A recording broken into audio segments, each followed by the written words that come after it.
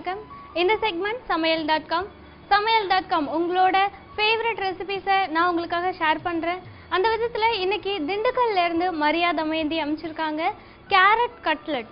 இதே மாதிரி நீங்களும் உங்களோட ஃபேவரட் ரெசிபீஸை என் கூட ஷேர் பண்ணணுன்னா நீங்கள் வாட்ஸ்அப் பண்ணுங்கள், மெயில் பண்ணுங்கள், லெட்டர் போடுங்க. அண்ட் இன்னைக்கு நம்ம கேரட் கட்லெட் அது செய்ய தேவையான பொருட்கள் என்னென்னு பார்த்துடலாம். துருவிய கேரட், வேக வச்ச உருளைக்கிழங்கு, பச்சை மிளகாய், இஞ்சி பூண்டு பேஸ்ட், நறுக்கிய வெங்காயம், கொத்தமல்லி தூள், மிளகாய் தூள், கரம் மசாலா, சன்னா மசாலா, பிரெட் கிரம், மஞ்சள் தூள், உப்பு, பச்சை மிளகாய், கொத்தமல்லி இலை, எண்ணெய். கேரட் கட்லெட் செய்ய தேவையான பொருட்கள்லாம் என்னன்னு பார்த்தோம். இப்போ அதை எப்படி செய்யறதுன்னு பார்க்கலாம். யூஸ்வலாக கேரட் நீங்கள் பொரியல் செஞ்சு கொடுப்பீங்க. அப்படி இல்லை கட்லெட் பண்ணி கொடுக்குறீங்கன்னா, ஸோ இப்போது கேரட் கட்லெட் பண்ணுறோம், இதில் கேரட் மட்டும்தான் சேர்க்கணுமா அப்படின்னா இல்லை, நீங்கள் பீட்ரூட் சேர்த்துக்கலாம், வேக வச்ச பீன்ஸ் கூட ஆட் பண்ணிக்கலாம். பட் கேரட் எஸ்பெஷலி நம்ம இதில் சேர்க்குறோன்னா இது கூட நீங்கள் பொட்டேட்டோவும் ஆட் பண்ணி பண்ணால் கட்லெட் ரொம்ப சூப்பராக இருக்கும். அண்ட் மரியா தமயந்தி அவங்க ரொம்ப அழகாக எழுதி அனுப்பிச்சிருக்காங்க. எப்படி பண்ணுறதுன்னு பார்க்கலாம். முதல்ல பேனில் சூடு பண்ணோடனே கொஞ்சம் ஆயில் விட்டுக்கோங்க.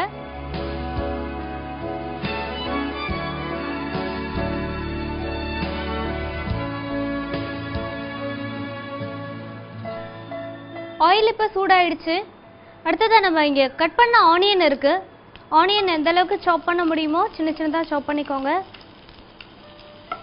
யூஸ்வலாக குழந்தைங்களை வெஜிடபிள்ஸ் சாப்பிட வைக்கிறதே ரொம்ப கஷ்டமான விஷயமா தான் இருக்கும். இந்த மாதிரி நீங்கள் கட்லெட் செஞ்சு கொடுத்தீங்கன்னா ரொம்ப ஹெல்தியானது. ஏன் கட்லெட்டில் அப்படி ஒரு ஸ்பெஷல் ஹெல்தின்னு பார்த்தீங்கன்னா, மற்ற வெரைட்டிஸ் எல்லாம் நீங்கள் ஆயிலில் டீப் ஃப்ரை பண்ணுற மாதிரி இருக்கும். கட்லெட்ஸ் பொறுத்த வரைக்கும் நம்ம ஷாலோ ஃப்ரை தான் பண்ண போகிறோம். ஸோ அந்தளவுக்கு ஆயில் அப்சர்வ் பண்ணாது. அப்படின்றதுனால ரொம்பவே ஹெல்தியான ரெசிபி. இங்கே குழந்தைங்களுக்கு நிறைய குழந்தைங்க வெஜிடபிள் அப்படியே சாப்பிட்றதுக்கு கண்டிப்பாக நோ தான் சொல்லுவாங்க.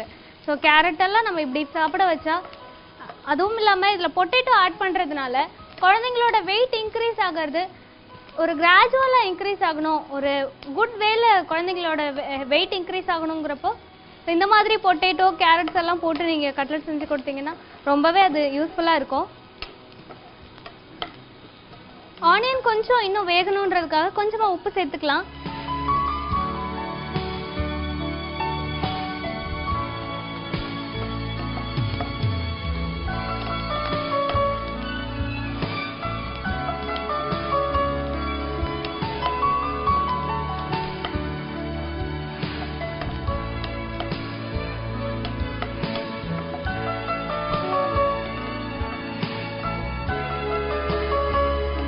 ஆனியன் இப்போ நல்லா வதங்கிடுச்சு. இப்போ இஞ்சி பூண்டு பேஸ்ட் சேர்த்துக்கலாம்.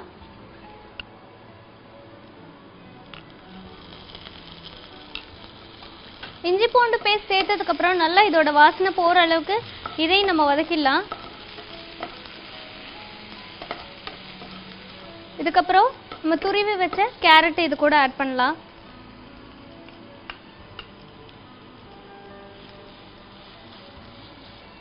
கேரட் நல்லா சுருள வதங்கணும்.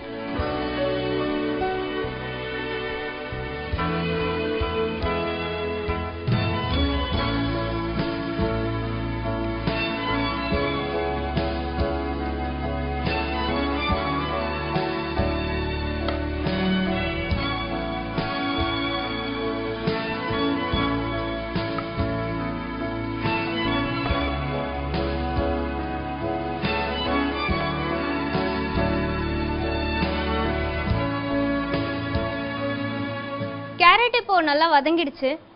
இப்போ இதுக்கப்புறம் நம்ம இதில் வேக வச்ச பொட்டேட்டோ ஆட் பண்ண போகிறோம். பொட்டேட்டோ ஆட் பண்ணுறதுக்கு முன்னாடி நம்ம கிட்ட இருக்கிற மசாலா எல்லாம் ஆட் பண்ண போகிறோம். ஏன்னா பொட்டேட்டோ ஆட் பண்ணதுக்கப்புறம் மசாலா ஆட் பண்ணிங்கன்னா அது சீக்கிரம் உங்களுக்கு அதோட வாசனை போகாது. ஸோ இப்போவே இதை வதக்கும் போதே அதை சேர்த்து வதக்கிட்டிங்கன்னா ரொம்ப ஃபாஸ்ட்டாக நம்ம குக் பண்ணிடலாம். அதுக்கு முன்னாடி பச்சை மிளகாய் காரத்துக்காக, இல்லை பச்சை மிளகாய் சேர்த்துக்க விருப்பம் இல்லைன்னா நீங்கள் பெப்பர் பவுடர் கூட ஆட் பண்ணிக்கலாம். இதில் நம்ம இப்போ மிளகாத்தூள் ஆட் பண்ண போகிறோம். எல்லாமே உங்கள் காரத்துக்கு ஏற்ற மாதிரி நீங்கள் ஆட் பண்ணிக்கோங்க. அண்ட் தனியாத்தூள்,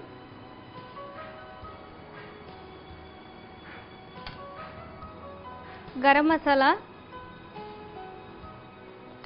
இந்த ரெசிபியிலேயே ஒரு சூப்பர் ட்விஸ்ட் ஒன்று இருக்கு அப்படின்னா அது சன்னா மசாலா யூஸ் பண்ண போகிறோம். இந்த சன்னா மசாலா கட்லெட்க்கு ஒரு தனி ஸ்பெஷல் டேஸ்டே கொடுக்கும். ட்ரை பண்ணி பாருங்க கண்டிப்பாக, அப்போ உங்களுக்கே அந்த வித்தியாசம் தெரியும்.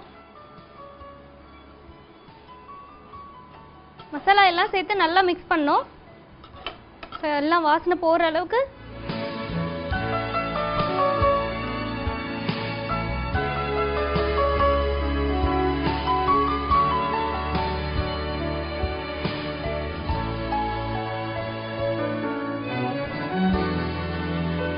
ஆட் பண்ண மசாலாவோட பச்சை வாசனை ஃபுல்லாகவே போயிடுச்சு. இப்போ நம்ம பொட்டேட்டோ ஆட் பண்ணிக்கலாம். பொட்டேட்டோ பார்த்தீங்கன்னா நான் உப்பு போட்டு வேக வச்சு நல்லா ஸ்மாஷ் பண்ணி வச்சுருக்கேன். அதையும் இது கூட ஆட் பண்ணிக்கலாம்.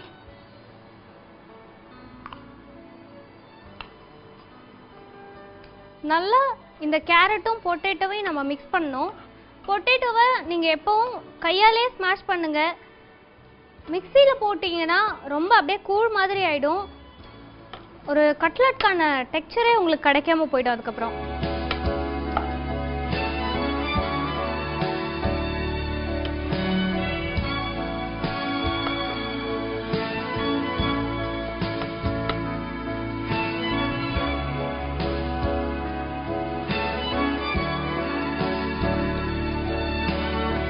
ஆல்மோஸ்ட் உங்களுக்கு இது ரெடி ஆயிடுச்சு.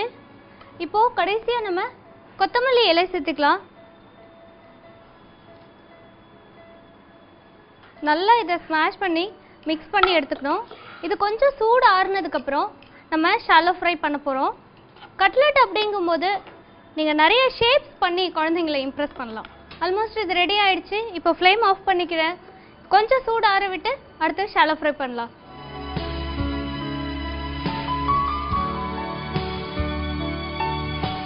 இந்த மசாலா ஃபுல்லாகவே இப்போ ரெடி ஆயிடுச்சு. இதை அடுத்ததாக எப்படி கட்லெட் பண்ணணும், எப்படி ஷாலோ ஃப்ரை பண்ணணும்னு பார்க்கலாம். தனியாக நம்ம முதல்ல ஒரு பேன் வச்சிடலாம்.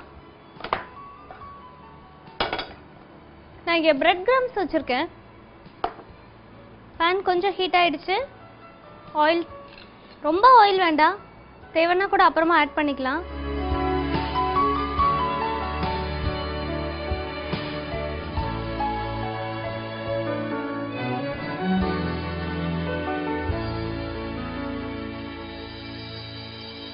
கட்லெட் நீங்கள் ரொம்ப இந்த மசாலா டெக்ஸ்சர் உங்களுக்கு கரெக்டாக இருந்ததுன்னா இந்த மாதிரி கையில் ஒட்டவே ஒட்டாது. நீங்கள் செஞ்சு ஷாலோ ஃப்ரை பண்ணுறதுக்கு ரொம்ப ஈஸியாக இருக்கும். எங்கே மிஸ்டேக்ஸ் வரும் அப்படின்னா, பொட்டேட்டோவை நீங்கள் கரெக்டாக ஸ்மாஷ் பண்ணலை அப்படின்னா உங்களுக்கு இந்த மாதிரி எடுக்கிறதுக்கு வராது. ஒருவேளை சில பேர் வந்து கையால் ஸ்மாஷ் பண்ணுறதுக்கு பதிலாக மிக்சியில் போட்டால் கூட ரொம்ப அது லிக்யூட் கன்சிஸ்டன்சி ஆகிடும். ஸோ அப்போவும் உங்களுக்கு வராது.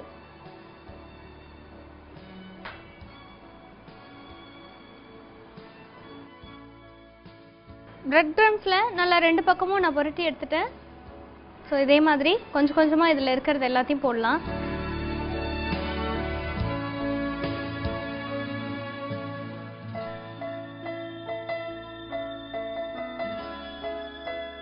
இது பண்ணும்போது நீங்கள் ஹை ஃப்ளேம் மெயின்டைன் பண்ண வேண்டாம். லோ ஃப்ளேம், மீடியம் ஃப்ளேம் வச்சுருங்க. ரெண்டு பக்கமும் நல்லா ப்ரௌன் கலரில் நல்லா பொரிஞ்சு வரணும். அதே மாதிரி நீங்கள் ஜாஸ்தியாக ஃப்ளேம் வச்சிட்டிங்கன்னா சீக்கிரமாக இது வந்து தீஞ்சு போயிடும். ஸோ கரெக்டாக மெயின்டைன் பண்ணுங்கள் ஃப்ளேம். ரெண்டு பக்கமும் நல்லா ப்ரௌன் ஆனதுக்கப்புறம் எடுத்து டிஸ்பிளேயில் வச்சிடலாம்.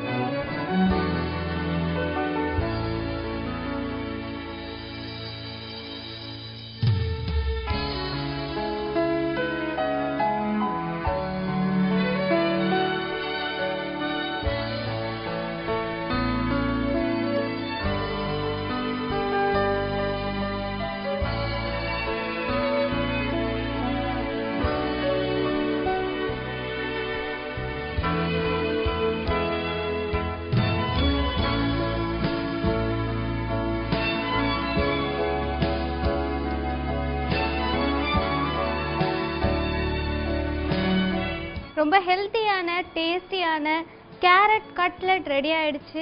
தேங்க்யூ. இவ்வளோ சூப்பரான ஒரு ரெசிபி, ரொம்ப ஹெல்த்தியான ரெசிபி ஷேர் பண்ண மரியா தமயந்தி திண்டுக்கல்லேருந்து. அண்ட் இதே மாதிரி உங்ககிட்டயும் சூப்பர் ரெசிபிஸ் இருக்கா? எங்களுக்கு எழுதி அனுப்புங்க. வாட்ஸ்அப் பண்ணுங்கள், மெயில் பண்ணுங்கள், லெட்டர் கூட போடுங்க. மீண்டும் இதே மாதிரி ஒரு சூப்பரான ஹெல்த்தியான ரெசிபியோட உங்களை நான் சந்திக்கிறேன். அதுவரை உங்களிடமிருந்து விடைபெறுவது பிரேமா கார்த்திகேயன். வணக்கம்.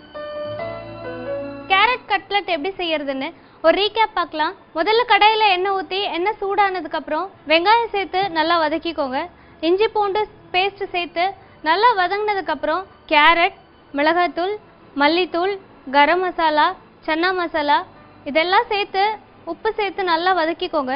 அதுக்கப்புறம் வேக வச்ச உருளைக்கிழங்க நல்லா மசிச்சு அது கூடவே சேர்த்து நல்லா கிளறிட்டு அதை ஒரு பிளேட்டில் தனியாக எடுத்து வச்சு நல்லா ஆறுனதுக்கப்புறம் உங்களுக்கு தேவைப்பட்ட ஷேப்பில் கட்லெட்டாக செஞ்சு பிரெட் கிரம்ஸில் டிப் பண்ணி அதுக்கப்புறம் ஷாலோ ஃப்ரை பண்ணால் கேரட் கட்லெட் தயார்.